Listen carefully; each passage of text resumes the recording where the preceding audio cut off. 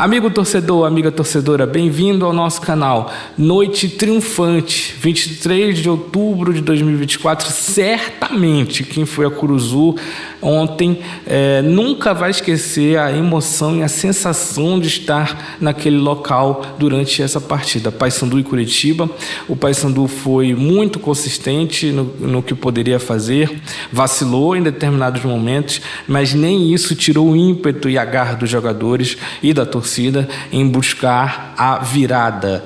Curitiba sai na frente e o Paysandu consegue virar graças ao talento e o esforço empregados ali por alguns jogadores. Vamos fazer a análise completa dessa partida memorável, uma partida inesquecível para você que está aqui no nosso canal. A gente está começando o canal agora, eu me chamo Pedro, então é importante você se inscrever nesse canal e curtir e compartilhar se você gostou desse conteúdo, porque a gente aqui nesse canal, a gente vai fazer toda a cobertura do mercado da bola que está vindo por aí, assim que terminar a Série B.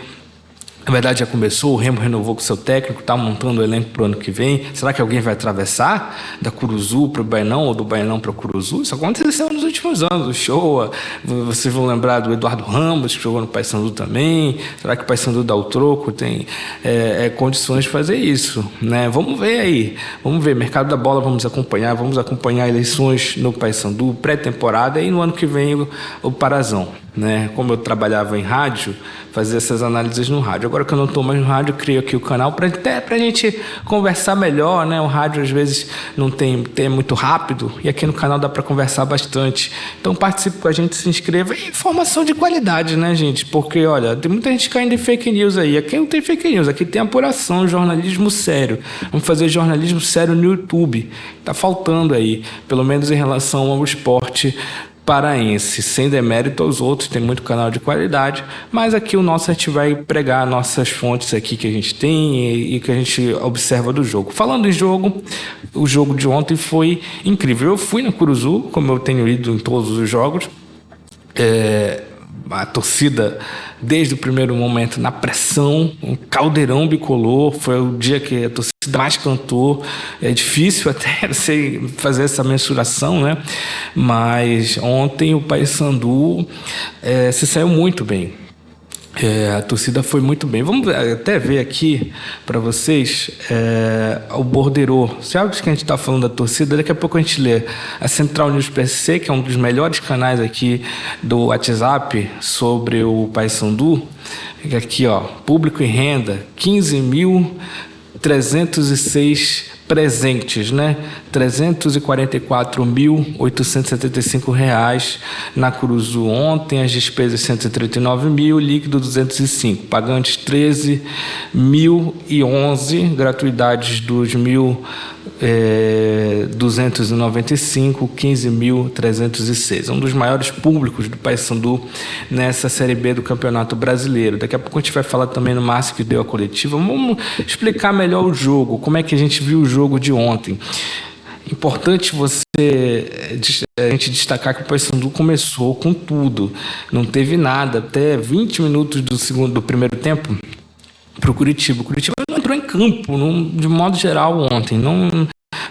Assim, foi muito fraca a partida do Curitiba. A gente esperava que fosse até pior devido à questão... deixa eu ligar a luz aqui. Tinha esquecido de ligar a luz, vou botar aqui. Pronto, não tem problema. Quem sabe faz ao vivo, para ficar bacana a imagem aí para vocês. O que eu estava falando era que o Curitiba não entrou em campo, né? O Curitiba vacilou em determinados aspectos, foi muito inconsistente na partida de ontem, deixou muito a desejar em relação ao ataque, principalmente, e defensivamente também deixou o Paysandu chegar muitas vezes. O Matheus Nogueira pouco trabalhou no jogo de ontem, é bem verdade, mas falta ao Paysandu determinada consistência no primeiro tempo e aproveitar melhor as suas finalizações. Finalizou de forma equivocada muitas vezes, poderia ter aproveitado as bolas e ter definido até um placar mais justo no primeiro tempo, que só deu o Paysandu praticamente. O Curitiba jogou por uma bola, conseguiu fazer uma triangulação ali, na verdade um zigue-zague entre a defesa e o seu ataque, que foi também pegou desprevenida ali a defesa do Paysandu. Para mim, uma falha do Wanderson e do Matheus Trindade. Matheus Trindade, um capítulo à parte, acho que fez uma partida assim muito fraca. A gente já tinha mencionado aqui, por isso que é importante você se inscrever nesse canal. A gente já tinha mencionado no vídeo anterior que o Matheus Trindade não era a melhor opção. Você tinha outras opções ali, Luan Freitas, que entrou bem, entrou no segundo tempo, como entrou bem nos outros jogos, o próprio Netinho, enfim, outras opções que são mais consistentes. Matheus Trindade, na minha opinião, eu vi o jogo de lá, às vezes é melhor do que... tem os seus prós e contras, né? Você vê lá, você vê a movimentação melhor do que na televisão. Na televisão você vê a câmera fechada. E na televisão você vê detalhes que na hora passam despercebido mesmo. Então, eu também assisti o jogo depois, né? Cheguei em casa, fiquei, por isso que eu até estou postando o vídeo um pouco mais tarde, que eu fiquei até de madrugada revendo o jogo para poder vir aqui falar para vocês. Então, o Matheus, às vezes, ele se esconde ali, ele não sabe sair da marcação, né? Então, ele até tem um passe um pouco mais qualificado, mas muito insuficiente, e ainda de acordo com os outros jogadores que têm entrado na mesma posição dele, ou assim, sendo improvisados na posição que ficou em campo ontem. Então, inconsistente, imprudente, já a gente já falando do segundo tempo. Logo no início do segundo tempo, o Matheus Trindade levanta o pé de uma forma muito imprudente. O pé dele vai na chuteira, vai na cabeça do jogador adversário do Curitiba, né? Poderia até ter machucado gravemente o colega de trabalho.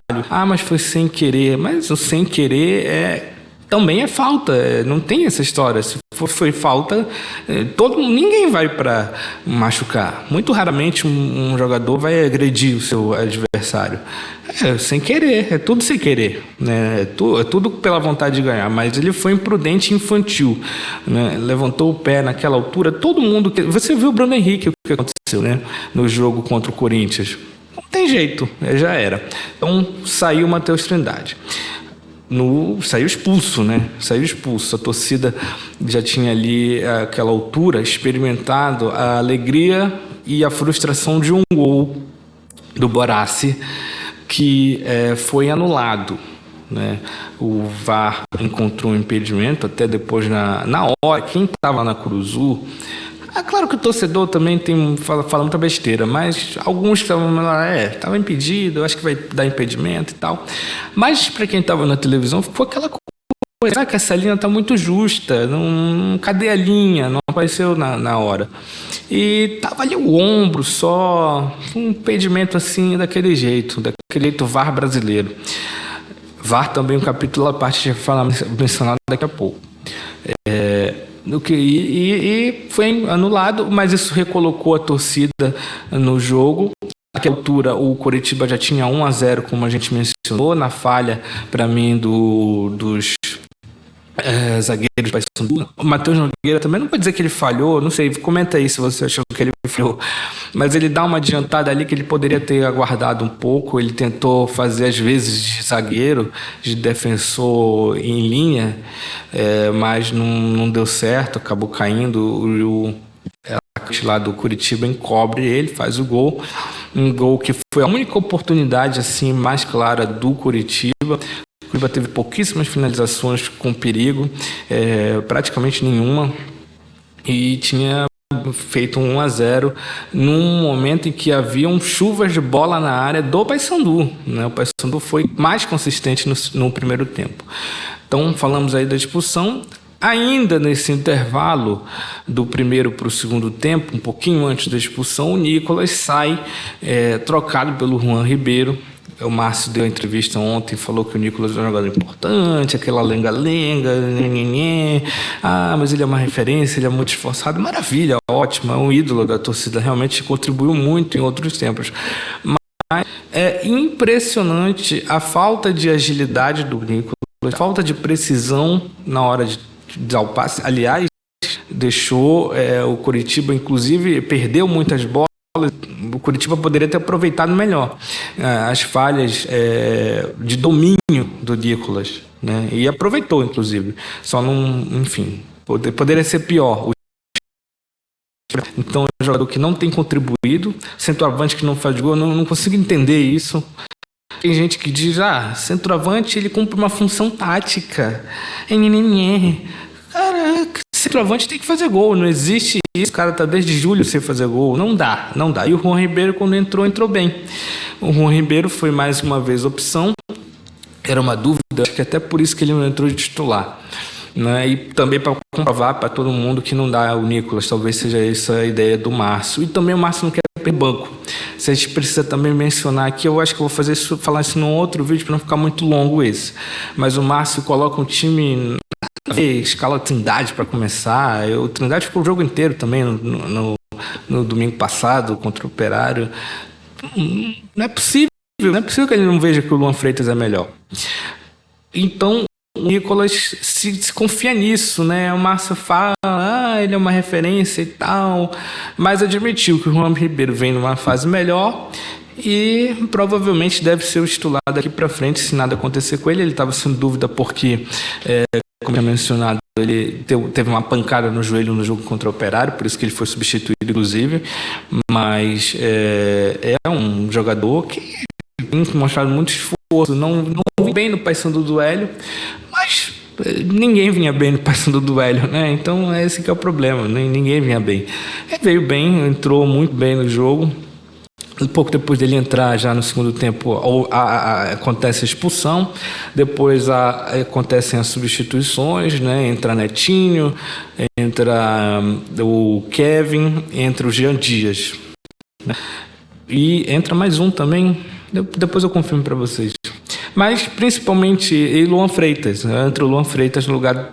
Você fazer ali às vezes, não dá nem para dizer que posição que ele ocupa, mas uma de volante, ele que é zagueiro de maneira original, né? Ele veio do Fluminense sendo zagueiro, mas ele joga mais de volante aqui no Paysandu, até às vezes lateral. Então o cara que entra bem em qualquer posição, eu não consigo entender. O Trindade é mais defensivo, né? Para falar a verdade, eu acho que o Márcio tem medo de ficar muito exposto, mas o Luan Freitas tem mostrado também tem ido no ataque e na defesa.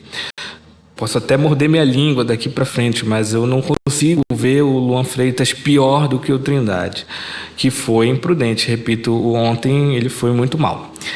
Paysandu, principalmente com a entrada do Juan, mas depois também com a composição Kevin muito bem ontem, Jean Dias muito bem ontem, muito rápido, né? Não parece ter a idade que tem, a diferença que é. Tudo bem que ele entrou descansado, entrou na parte final, mas em segundos ele já estava ali na boca do gol, sempre bem.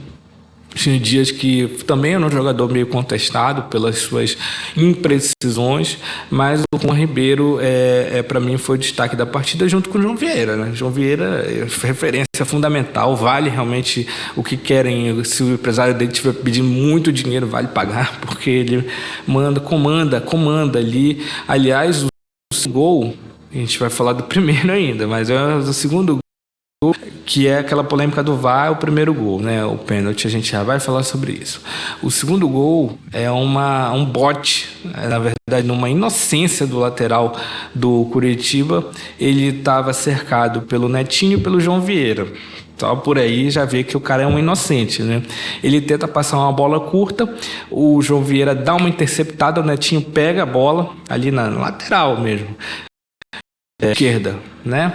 O Netinho passa rápido para o Kevin infiltra, passa para o Juan Ribeiro, já quase na lateral esquerda ainda, quase na grande área. O Juan chega quase na linha de fundo, toca para o Jean Dias, que de um segundo para o outro sai ali praticamente pouco depois da meia-lua e já está na beira, na cara da pequena área, na cara do gol. Manda, não teve nada. O goleiro nem viu o Jean Dias chegar. Que inclusive foi bem, né? O humorístico foi bem. O goleiro do Curitiba é muito bom. E foi fulminante. Aquele segundo gol é muito bonito. Mostra o esforço enorme da equipe como um todo e também como o grupo está fechado, né? Não tem mais aquela coisa de briga, de confusão, de disse-me-disse da época do Hélio dos Anjos. Todo mundo, quando fez o gol, todo mundo foi comemorar, houve a invasão dos substitutos, dos reservas, né? E foi muito bonita a festa ali. Agora, eu falei primeiro do segundo gol para terminar o vídeo aqui falando do VAR, porque houve o VAR em relação ao pênalti, né? E claramente, na transmissão da televisão, para quem estava lá, todo mundo viu aquela mão do defensor do Curitiba. Não sei se era defensor, era atacante, alguém que estava lá do Curitiba, né? O cara abriu a mão, ridículo, imprudente também, para tirar a bola, né? Não dá nem para dizer que foi assim, foi por uma casa. Não, ele abriu para tocar na bola mesmo. O árbitro que estava na cara não marcou, né? É aquela falta de coragem, realmente, do árbitro. Que não foi de todo mal, mas, enfim, poderia até prejudicar o Paysandu. E se desenvolve um ataque fortíssimo do Paysandu, várias bolas na frente e tal. Aí tem uma defesa tem duas defesas do goleiro nesse lance, né? E o Borassi chega um pouco mais forte nele, no goleiro, e há uma falta, né? Nessa falta há uma confusão e tal, e aí o árbitro distribuiu um cartão amarelo para o Netinho, que entrou para defender o passe, mas foi muito agressivo, e para um cara do Curitiba. Depois é que ele vai ver o lance do pênalti. Então eu fico imaginando se acontece alguma coisa ali, né? Numa jogada que, teoricamente, se ele tivesse marcado o pênalti, ou tivesse pedido pelo menos para analisar, parou, vamos analisar. Se acontece alguma coisa com alguém, mais um do Paysandu é expulso, ele ia anular o cartão vermelho por ter sido depois do pênalti, né? Ou se até o próprio Curitiba poderia sair injustiçado, que já não estava jogando bem com os 11 normais. Menos um que ser um desastre para eles. Eu não consigo entender como é que o árbitro vê um pênalti. Claro que a torcida estava do outro lado, eu consegui ver, todo mundo conseguiu ver o pênalti claríssimo, e o árbitro fica com medo, se acovarda, e ainda dá cartão amarelo. É o cartão amarelo por causa da confusão que se criou, com a briga entre os jogadores. Mas, porra, se ele tivesse feito a parte dele, nada disso teria acontecido, né? Mas, de qualquer forma, o VAR chamou, foi feita a análise, demoraram a análise. Porra, um protocolo muito ruim do VAR no Brasil, muito ruim, e isso tem que mudar, né? Por mais que falem aí, é com todo mundo que acontece, mas o Paysandu foi muito prejudicado por causa de arbitragem, e poderia ter sido prejudicado mais uma vez ontem. Não acho que foi, acho que a expulsão foi bem dada, o Trindade muito mal, foi imprudente. Acho que o pênalti foi dado, apesar de tudo, e a anulação do gol é discutível, aquele impedimento, mas é um protocolo que tem sido adotado, né? Você faz a revisão, traça aquela linha daquele jeito, aquela linha para todo mundo. Não dá para dizer que foi só com poderia ter sido 3-1? Poderia, porque eu acho que não vi o impedimento na televisão, não achei impedido, sinceramente. Mas dos males o menor, 2-1, um placar que foi tirado na garra, na coragem, no compromisso, no comprometimento, né? Isso deu para ver. Acho que tem que parar com essa história de que não dá, não tem compromisso. Tem compromisso, eles estão afim, estão fazendo o que pode. É um elenco limitado, tem suas limitações, tem poucas peças para variar. O Márcio tem dificuldade em relação a isso, mas é importante a gente dizer, né? Há um comprometimento e o Paysandu fica numa situação em relação aos seus adversários um pouco mais confortável, visto que alguns adversários diretos, como o CRB e a Chapecoense, perderam feio nessa semana, o que deixa o Paysandu bem distante aí deles. A Ponte Preta ganhou, né? Fez o jogo muito bom, inclusive. Então a Ponte Preta é a única atualmente que pode passar o Paysandu. A Chapecoense, se ganhar na próxima rodada, o Paysandu não ganhar, ela pode encostar também, mas o saldo de gols da Chapecoense é muito ruim. Agora o Paysandu tem o mesmo número de vitórias, o desempate vai pelo saldo de gols, as outras estatísticas também. Então, situação um pouco mais confortável na tabela. Faltam 15 pontos até o final da Série B. O Paysandu precisa fazer, na minha visão, de 4 a 5 pontos. Não é uma tarefa impossível, mas a gente tem que lembrar. Ceará é um adversário muito difícil, a gente vai falar isso num próximo vídeo. Ponte Preta é adversário direto, jogo de 6 pontos, mas lá no Majestoso, né? Lá em Campinas, que é muito difícil jogar com eles lá. E também o Novo Horizontino, né? Um adversário muito difícil. O Vila querendo subir, teve também uma vitória importante contra o Amazonas nessa semana. O Vila, nosso último adversário em casa. O último jogo, inclusive, da Série B. E o Brusque é um adversário direto também, vem para jogar tudo aqui em Belém. Então, ainda muita gente saiu assim, já tá, não sei o que. Não tá. Vou falar a verdade. Ainda há um risco de rebaixamento, embora um pouco menor do que os nossos adversários que estão brigando lá embaixo. Tem uma travada, né? 35, 36 pontos, faz tempo que não sai isso, é bom. É bom que não chegue, não passe de 40, mas eu acho que vai passar esse ano, vai passar de 40, mas eu acho que fica em 42, 43. Tem que chegar pelo menos a 42 ainda nesse mês, para a gente chegar nos 45 no mês que vem em relação ao Paysandu. Como o vídeo está muito longo, vou ver se tem mais algum destaque aqui. A gente pode fazer um outro vídeo amanhã, né? Você se inscreva aqui no canal, curta e compartilha esse vídeo para a gente fazer um outro amanhã. Para falar especificamente de Nicolas, ouvir a entrevista do Márcio, trazer os aspectos da tabela. Vamos ver também a estatística, se já tem o pessoal da Universidade Federal de Minas, tem o espião estatístico, para a gente dar uma olhada na matemática, que não é determinante, não é isso que vai definir exatamente, mas é legal a gente dar uma olhada nas probabilidades também. 40 pontos para o Paysandu deixa uma situação um pouco mais confortável do que os nossos adversários, mas ainda inspira cuidados e a gente tem que fazer o dever de casa. Dever de casa daqui para frente. Não perder fora, né? Saiu aqui. Não perder fora. Tentar arrancar pelo menos o empate com o Castelão vai ser muito difícil, mas quem sabe, né? Casa com eles, que é um time mais forte que o nosso. Estão brigando para subir. Então vamos lá, vamos tentar tudo. E tentar o que for possível contra a Macaca, que é um pouco mais acessível do que o jogo contra o Ceará, né? Aí o time que é o Ponte Preta pode ser realmente, né? Você pode ganhar. Por mais que seja difícil jogar em Campinas, mas aí ficaria extremamente tranquilo, né? Jogaria em novembro, se ganhar um desses dois jogos, Ceará e a Macaca, né? Aí novembro já é só correr para o abraço. Pode até empatar o resto, que está tudo certo. Se você gostou desse vídeo, curta, compartilhe e se inscreva no canal. Vamos fazer periodicamente, diário, trazer todas as informações, apurações em primeira mão para vocês, o máximo que a gente conseguir. Também descartar qualquer boato. Então é um canal de jornalismo com as análises, é claro, e vocês podem também compartilhar suas opiniões, mas para a gente trazer informação de qualidade para você que gosta do esporte, para você que gosta do futebol paraense, é qualidade.